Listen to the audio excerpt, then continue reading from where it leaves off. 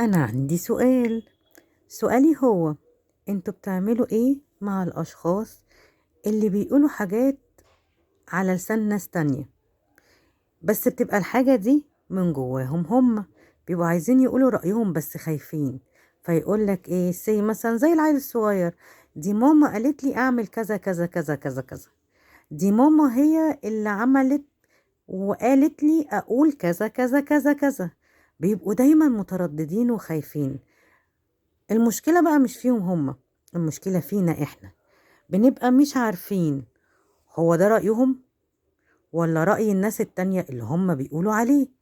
فانت بتاخد من انهي وجهة نظره ولا النظر التاني، ولا من انهي عينتين زي ما بنقول. بتبقى مش عارف انهي رأي هتتعامل مع، الرأي ده ولا الرأي اللي هو قاله. انا بمشيها حسب الظروف او حسب مودي بقى، انتوا فاهمين؟ انتوا بقى لو اتحطيتوا في الموقف دوت بتعملوا ايه؟ هستنى منكم الإجابة بسرعة.